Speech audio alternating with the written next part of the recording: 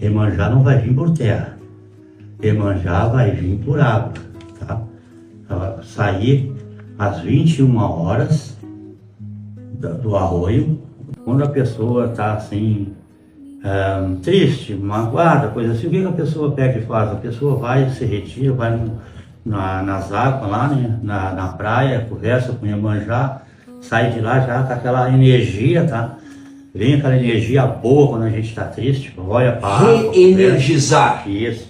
Aí vem, né, com aquela energia boa para casa, entendeu? Eu gostaria que todo mundo de São Lourenço participasse, desse mais valor a Iemanjá, que se aproxime.